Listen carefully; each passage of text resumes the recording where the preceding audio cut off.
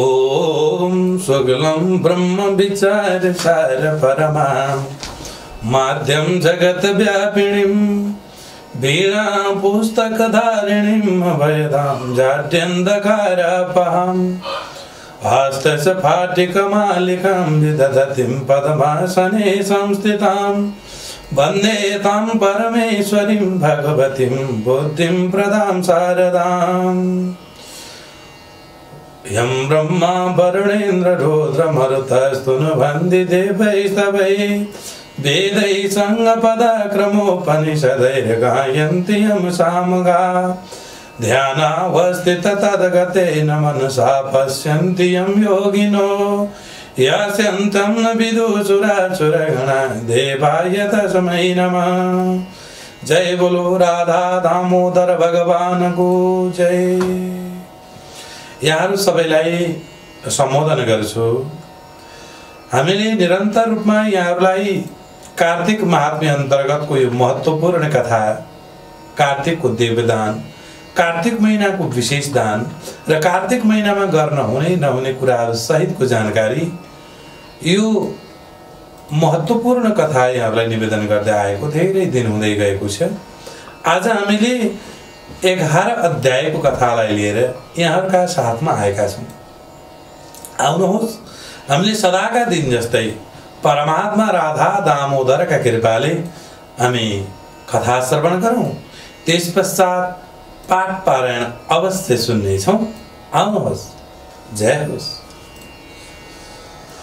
बालकल्यावचो कार्तिकस्यासिते पक्षे द्वादशी वत्स संहिता गोधूली काल संयुक्ता द्वादशी वत्स पूजने नैमिषारण्य गरिका परम पवित्र पावन धाम 88,000 ऋषिका उपरमा सूत पौराणिकले यही कार्तिक मास महात्म्य अंतर्गत को दिव्य 11 अध्याय आगे गर्दै जानुभयो। यही कथाका उपरमा सनत कुमारी श्रीमद् तेजस्विनीको महत्त्वपूर्ण कथा कार्तिक महात्म्य अहिले बालकल्यादि गरेका ऋषिहरूद्वारा श्रवण गरिएको तथा च साक्षात् सूर्य नारायणले अरुण नाम गरेका परम भक्तलाई आज्ञा गरिएको यो श्रीमद् कार्तिक महात्म्यको कथा आजका दिनमा यसरी अघिल्तिर बढिरहेछ। कार्तिक महिनाको कृष्ण पक्षको द्वादशी तिथिलाई गोवत्स द्वादशी भनिन्छ महाराज। यो द्वादशी बाछा पुज्ने विषयमा गोधूली काल अर्थात् सूर्य अस्ताएसम्मको बेलामा व्यापक भएको द्वादशी लिनुपर्छ। यस विषयमा आज्ञा गरिबक्छु भनेर आज्ञा गर्दा पहिल्यै दिन वरका रुखमुनि बाछाको पूजा गर्ने शास्त्रीय विधान छ। वत्स पूजा बटे चैव कर्तव्य प्रथमे हनि सवत्साम तुल्य वर्णा च शालिनी गाम पयस्विनी भनेको छ। अनि बाछाले युक्त भएकी गौ माताको राम्री सुधी त्यस किसिमको तरिकाले एक वर्ण भएकी दुधालु गाईलाई चन्दनले सिन्दुरले आदिले श्रृंगार गरेर फूलमालाहरूले महाराज पूजन गरोस्। बेलुका दिव्य सूर्य आधा अस्ताउँदा आधा घडी उतार आधा यताको बेला गोधूली बताइएको छ। त्यसमा निराजन गरेर शुभ अशुभको विचार गरोस्। विशेष गरेर आरती गरेका बेलामा पहिले सुनका थालीमा रहेका नाना प्रकारका बत्तीहरूको त्यस किसिमको प्रज्वलित गरेर ती बत्तीले निराजन गरेर साक्षात् त्यस किसिमको बत्तीका शिखाको ज्वाला तेजिलो भएर दक्षिणतिर ढल्कोस्। ज्वाला चेत दक्षिणा संस्था सतेजसका शिखान बिना स्थिरा चौक्षे सखा प्रोक्ता विपरीता तु दुःखदाः अथवा स्थिर भएर त्यो ज्वाला रह्यो भने सुख दिने भनेर बुझ्नु। यसको विपरीत भयो चञ्चलमय भयो आरती को ज्वाला र शिखा भने दुःख कष्ट प्राप्त हुने वाला बुझ्नु। कार्तिक कृष्ण पक्षको द्वादशी आदि 5 तिथिहरूका माझमा मनुष्यहरूलाई निराजनको विधि बताइएको छ। पहिला दिनको निराजनले यो आरती भनेको पक्षभरको शुभाशुभ सूचना गर्दछ भनेको यो शुक्ल पक्ष र कृष्ण पक्ष अन्तर्गतका दुई पक्ष मध्येमा कृष्ण पक्षको किसिमको शुभाशुभको सूचना गर्छ। दोस्रो दिनको आरतीले 1 महिनाको, तेस्रो दिनको आरतीले ऋतुकालको अथवा 2 महिनाको, चौथो दिनको आरतीले 6 महिनाको, 5औं दिनको आरती अथवा निराजनले वर्षभरिको शुभाशुभ निर्णय गरिन्छ। कति महत्त्वपूर्ण छ। पूरा वर्षभरिको शुभाशुभ विचार, राम्रो र नराम्रो हुने कर्मको र गतिको वर्णन यो आरतीमा गरियो। सूर्यका अंशबाट भएको अन्धकार नाश गर्ने हे दीप, तिनै कालमा मलाई प्रकाश र शुभ अशुभ बताई बक्स्यो भनेर निराजन गरोस्। पहिला देवताहरूलाई अनि ब्राह्मणहरूलाई अनि हात्तीहरूलाई अनि घोडाहरूलाई अनि ज्येष्ठहरूलाई अनि श्रेष्ठ व्यक्तित्वको लागि अनि कान्छा र अनि आमा आदि गरिएका मुख्य जनहरूलाई त्यो निराजन आरती देखाओस्, तपाओस्।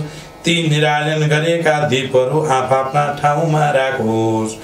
रुखो ज्वालाले लक्ष्मी नाश हुन्छन्, सेतो ज्वालाले शत्रु नाश हुन्छन्, राता ज्वाला भएर बोलेका खण्डमा युद्ध हुने र काला युद्ध भए काला ज्योति भएका खण्डमा मृत्यु त्यस किसिमको हुने समयका कुरा त्यो ज्वालाले बताउनेछ।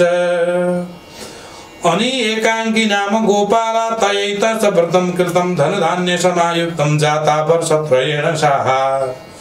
अनि त्यस किसिमको तरिकाले बताइसकेपछि रुखो ज्वालाले लक्ष्मी एकाङ्की नाउँ भएकी एकजना ग्वालिनी थिइन्।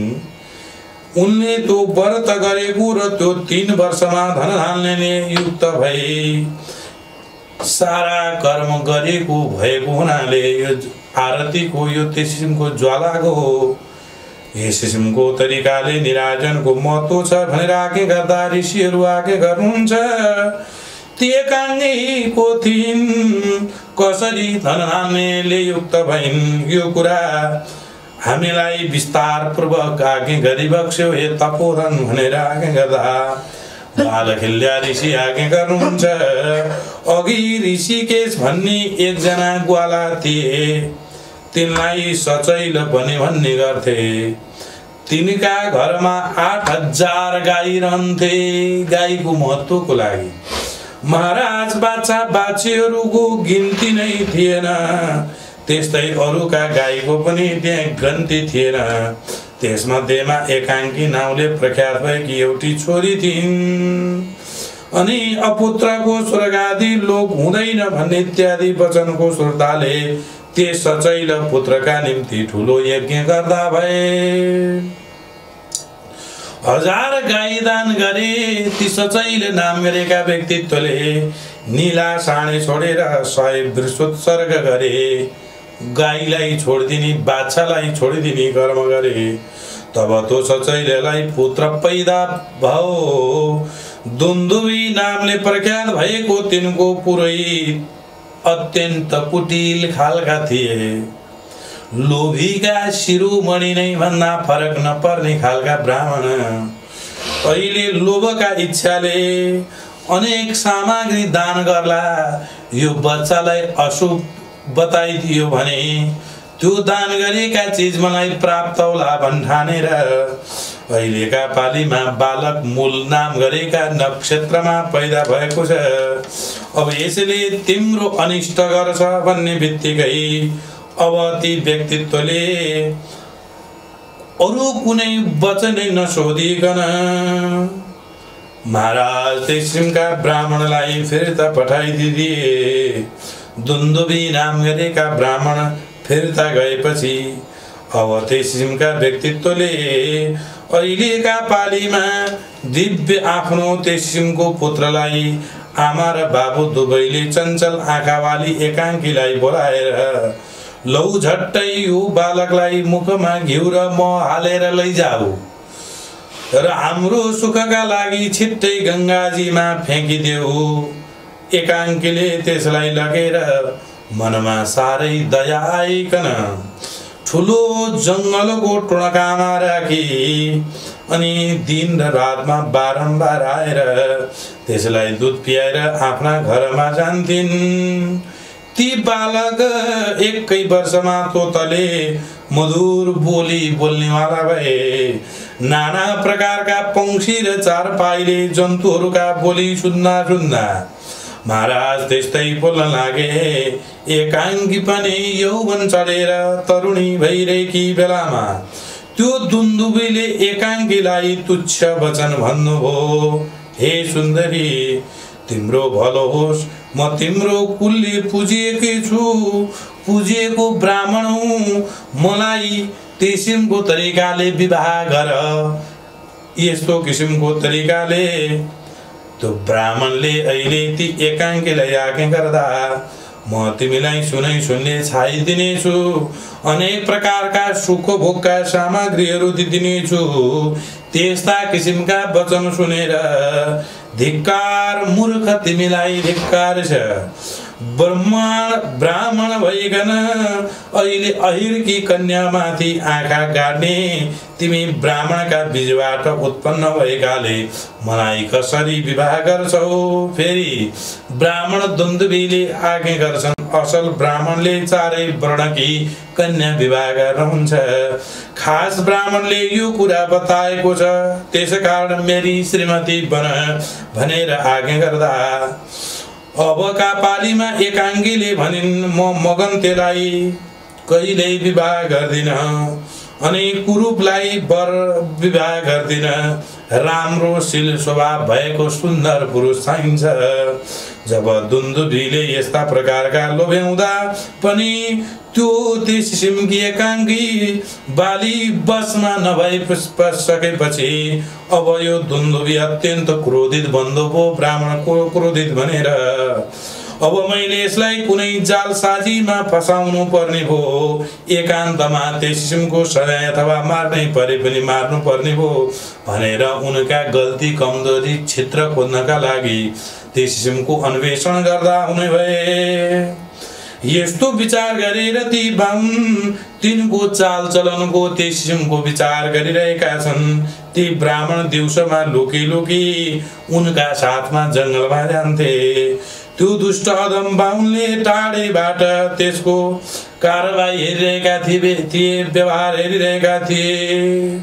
एकान्ते वा घातनीया छिद्र मन्मेषणाम्यहम् इत्थं विचारे विप्रासौ तस्या पश्यति कौतुलं नीलीय दिवसे विप्रो तस्य सार्धं गतो वने अपश्य दूतरतश्रेष्ठं तस्य दुष्टो द्विजाधम भनेको छ। अब यस किसिमको तरिकाले हेरिरहेका बेलामा त्यसले बालकलाई निकाली अनि एकाङ्कीले अगाउन्जली दूध दिएर एकछिन पछाडि खेलाएर फेरि त्यो बालकलाई त्यहीँ राखेर फेरि गाई चराउन थालेकी के थिइन्। ती दुन्दुबी नाम गरेका ब्राह्मणले देखेर अबका पालीमा आज्ञा गर्दा भए त तुरुन्तै घरमा आएर त्यो कुरा सचैललाई आज्ञा गर्दा भए अथवा उनका बाबु चाहिनेलाई म समिधा कुस्लिन भनेर भागीरथी नदीको तीरमा गइरहेका बेलामा त्यहाँ तिम्री छोरी एकाङ्कीलाई मुसलमान आदि गरिएका दुष्टहरूसँग क्रीडा गरिरहेको देखे। अब ती यवनहरूसँग उनले लसपस गरेर बालक पैदा गरेकी छन्। त्यसलाई रुखको टोड्कामा राखेकी छिन् तिम्री छोरी एकाङ्कीले। अहो तिम्रो कुलको नाश भयो, अब नरकमा पर्नु बाहेक अर्को कुनै किसिमको कुरै छैन। त्यसलाई त्याग, नत्र भने म तिम्रो जातिको अघिल्तिर भनिदिन्छु र त्यसको छोरोलाई र त्यसलाई पनि बैलको पेटमा बाँधेर चाँडै वनमा त्यागिहाल, नत्र भने जातिबाट बहिष्कार गराऊ। यस्तो किसिमको तरिकाले ती ब्राह्मणले अहिलेका पालीमा उनका बाबु चाहिनेलाई यस्ता किसिमका कुराहरू लगाइदिएर सचैले नामेरेका व्यक्तित्वलाई अहिले आज्ञा गरिसकेपछि जाति भाइले बाहेक गरिएका तिमी राजाबाट पनि दण्ड पाउनेछौ भनेर अनेक प्रकारका डरहरू देखाइसकेपछि ती कन्या एकाङ्कीलाई घरमा राख्नाले नरकमा पनि पर्नेछौ। त्यस दुन्दुभीले त्यसरी भए डर देखाइएको सचैले नामेरेका ती बाबु चाहिनेले त्यसै बखत वनमा गएर ती दुवैलाई बैलका अथवा गोरुका पिठमा बाँधेर वनमा छोडिदिँदा भए। दृशोतितां समादाय गतो दैवस्य योगत हरिद्वारं तया सार्धं पदशीतिलतां ययो। अत्यन्त हिँड्दा हिँड्दा थाकेको आत्तिएको तेसिमको गोरु पनि अहिले हरिद्वारको तेसिमको क्षेत्रमा पुगेर जाँदा जाँदा जाँदा बन्धन पनि खुस्किँदै गइरहेको थियो। बन्धनबाट छुटेको गंगाजीका किनारमा रहिरहेका बालकलाई पनि छुटाई त्यो बालकले त्यसै डोरीले गोरुलाई बाँधे। फेरि त्यो वनको बाटो जाँदथे र गोरुलाई बोकाएर झारपात ल्याएर त्यही अनेक प्रकारका खाद्य सामग्री बनाई कन्दमूल खाएर रहन लाग्दा भए एकाङ्की र उनका भाइ त्यही गोरुले घाँसहरू ल्याएर फेरि बेच्दथे। त्यो पैसाले भाइलाई र गोरुलाई पनि पाल्न एकाङ्कीले थालिन्। अब महाराज कार्तिक महिना आएपछि लोकहरूले त्यहाँ स्नान गर्न आए हरिद्वारका गंगाका स्नानमा। त्यो पावन क्षेत्रमा आएका बेलामा आगते कार्तिके मासी लोका स्नार्थमा ययो दानार्थम तो समानिता स्थैर्यगावो देवदेशतः। तिनीहरूले टाढैबाट गाईलाई ल्याएर यसलाई ग्वालिनी जानेर चराउन हेरचाह गर्न दिएर अरुण त्यसले ती गाईको खुब स्याहार गर्न पनि थाली भइन्। एकाङ्कीले ती लोकहरूले आफ्ना गाईहरूलाई हृष्टपुष्ट देखेर त्यसलाई धेरै स्याब्यासी दिए। ती एकाङ्कीलाई कार्तिक कृष्णको एकादशी तिथिमा वैष्णवहरूले गाईको पूजन गर्न लागे। त्यो देखेर त्यस बालिका एकाङ्कीले पनि विधिपूर्वक गाई गौ माताको पूजन गरिन्। अति भक्त्या बालिकया चेत्या वर्षत्रय कृतम्।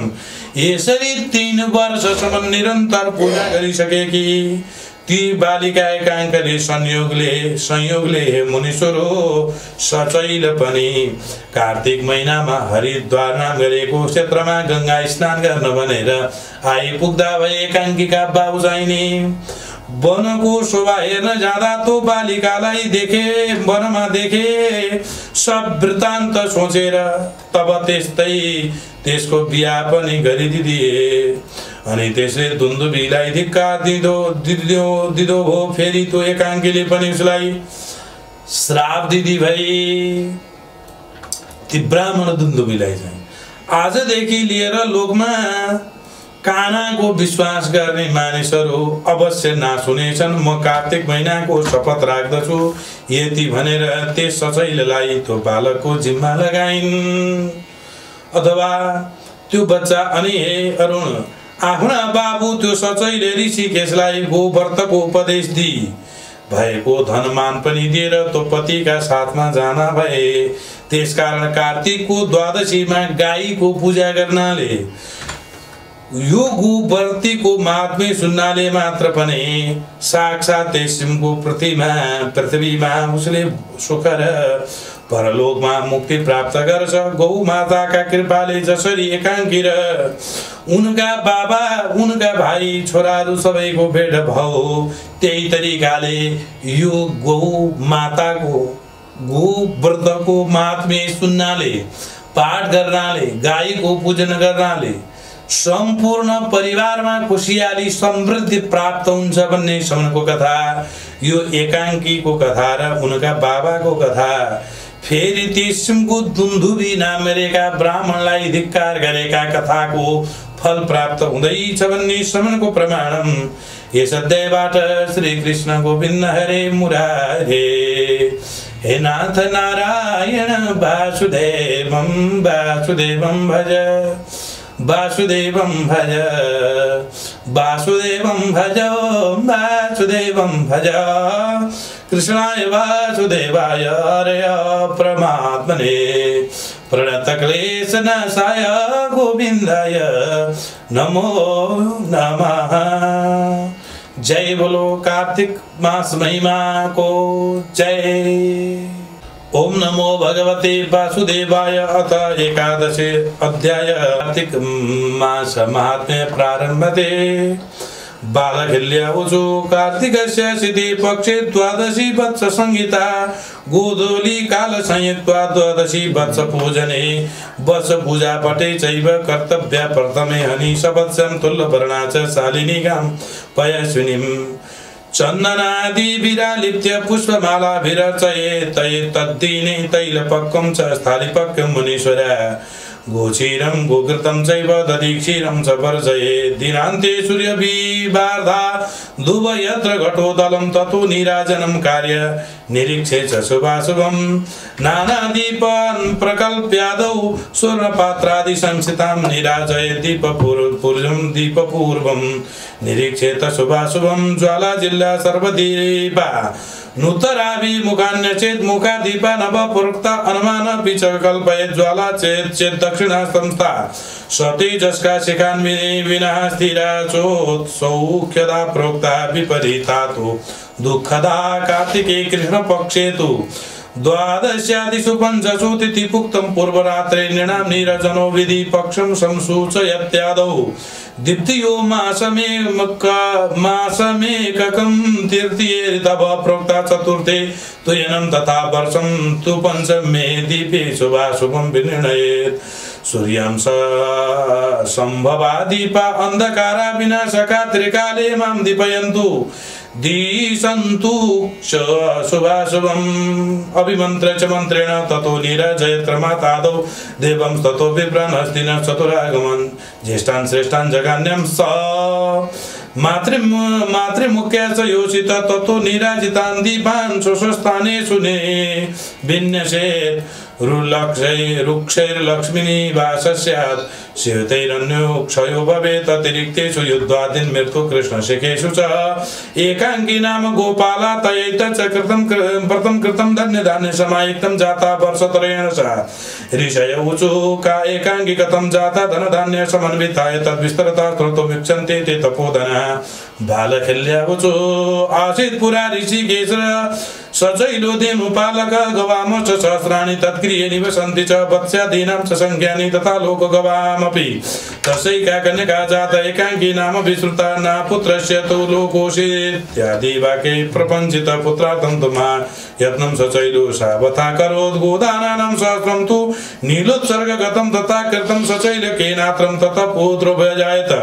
दुन्दुभिर्नाम विख्याता तेषामासीत् पुरोहिता अतीव कुटिलो धूर्तो लोभिनां च शिरोमणि लोभक्षयातो तेन मूलजातो हि बालकः अनन्यपृष्ठं किमपि किञ्चित् दीत्वा विदारीयतः आकारिता पृथिव्यातो एकाङ्की चञ्चले क्षणा नये मे बालकं शीघ्रं मुखे दत्ता कृतं मधु क्षीपासं तृणं गङ्गायामस्माकं सुखवृद्ध एकाङ्की तं समादाय दयायाविष्टमानसा आस्थापयत् गौवरे तं महावृक्षस्य कोटरे बारम्बारं समागत्य दिवसेषु निशासु च तस्मै पयपाययित्वा पुनर्याति सुखं गिर्यं जातः 100 वर्षमात्रेण कलभापि स बालकः श्रुत्वा बदभाषां नाना पक्षे चतुष्पदाम् एकाज्ञापि च सञ्जाता यौवनाक्रान्त देयिका एकाङ्की दुन्दुभिप्राह एकान्ते वचनं लघु मां तं वरय भद्रं ते कुलपूज्योति स्मितेन गये सौभार्डं ते करिष्यामि नाना वस्त्रपशोभितमिति तद्वचनं श्रुत्वा एकाङ्की वाक्यमब्रवीत् धीर्मुधिङ्मुगुर्काण दुष्टात्मन् अहं त्वा वीरकन्यका ब्रह्मबीज समुत्पन्न कथं मां वरयिष्यसि। दुन्दुभिरुवाच चतुर्वर्णा कन्या कापि ब्राह्मणैषु वै विवाह्य ब्राह्मणैषु वै पितामहेनेदं मुक्तं तस्मात् भार्य भवाद्य मे।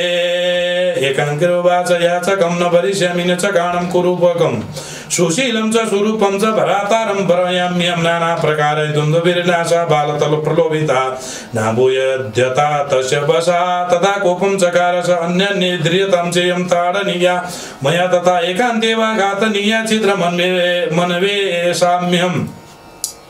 इतम विचारे विप्रोसौ तस्या पश्यति कौतुकं नीलीय दिवसे विप्रोत यभासार्थं गतो बने अपश्य दूरतः श्रेष्ठं तस्य दुष्टो द्विजातम तया निष्कासितो बालो दुग्धं दत्त्वा यथेप्सितं क्रीडाभिक्ष्वं क्षणं तस्य पञ्चात् संस्थापिता पुनः अकारो च गवां रक्षं विप्रेक्षणे त्वं विलोकितम् अगत्या स्वगृहे शीघ्रं सचैलं वाक्रम वाक्यमब्रवीत् अहं स्वामी कुशाद्यार्थं गतो भागीरथैरथैकाङ्गी तत्र सदृष्टं किरणान्विन यवनैष यवनात् बालका जाता स्थापित कोटरैष च अहो नष्टं तव कुलं नरकेषु पतिष्यति जाग्रते कथयिष्यामि नोत्तेजं त्यज दुर्मते यश पुत्रं च तां पापी बद्ध्वा पृष्ठे वृषस्य बद्धमने त्यजं क्षिप्रं बहिष्कारो नता भवेद् राज्ञं च दण्डनीयश्च जातिभिः च बहिष्कृतः कन्याकारणदेव नरके विपतिष्यति सचैलस्नापितस्तेन गत्वा च घनं वनं बाबुभा वत्यजतवद्य वृषपृष्ठे वने तथा वृषतोऽपि तं समादाय गतो दिवैष युगतः हरिद्वारं तया साकं बन्धशिथिलतां ययौ बन्धाद् विनिर्गता सा तु बालकपि विमोचिता वृषभस्तेन पापेन बालो बालिकथा कया जाता जानाति वनमार्गान् सा वृषेणादाय साद्बलं कदाधिकं भक्षयित्वा कोटिं त्रयचकार सा तृणान्यायानि विक्रीते तेनैव वृषभेण सा पुष्णाति तेन द्रव्येण भ्रातरं वृषभं तथागते कार्तिके मासे लोकास्नानार्थ माययो दानार्थं च समानीतस्तायिका बोधेशदेशतः इमं गोपालिकं ज्ञात्वा रक्षणाय दुष्यति अनाय भूयसी सेवारब्धा तु गवां गगदे सदृशं लोकाशिविवाग्वा बहुनामभ्यनन्दयं ऊर्जेसि ते हरे दिव्यं गोपूजा वैष्णवं कृता तं दृष्टा बालिका सोऽपि पूजां चक्रे यथा विधि अतिभक्त्या बालिकया चैत्यं वर्षत्रय कृतं दशम देव सतावत्र तत्र शैले सतैले समाययो स्नाय कार्तिके मासे गंगाधार मनीश्वरा दृष्टापने बालिका सा वन कौतुकदशिना पृष्ठो दन्तं ततस्तस्या पाणि ग्रहमचीकरत् धिकृतो दुन्दुभिस्तेन दया सप्तप्यसौ पुनरारभ्य नरालोके काणे विश्वामकारकः अवश्य विलयं यन्ति कार्तिकेन सपाम्यमेतुक्ता चार्पितस्तस्मै शैशैलाय सबालकगो वातं तुरिषिकेशस्योपदिष्टं दया खग पितृधनादिकं तत्र दत्त्वा भारतासार्थं जगामसा तस्मात् गोपूजनं कार्य द्वादशं कार्तिकस्य तु एको एतत् गोप्रतमात्म्यं स्तुत्वा कुर्वन्ति यो नराते गो व्रत प्रभावेण न गोभिर्विच्युता भुवि गोपराध क्रतो यस्यात् व्रताद्रिलयं व्रजेत् इति गोपूजनं कथनं नयमैकादशो शबहरये नमः। जय बोलो कार्तिक मास महिमा को जय, राधा दामोदर भगवान को जय। मैले आज यहाँलाई पाठ पारायण सुनाएको छु। जय होस्, कल्याण होस्, धन्यवाद।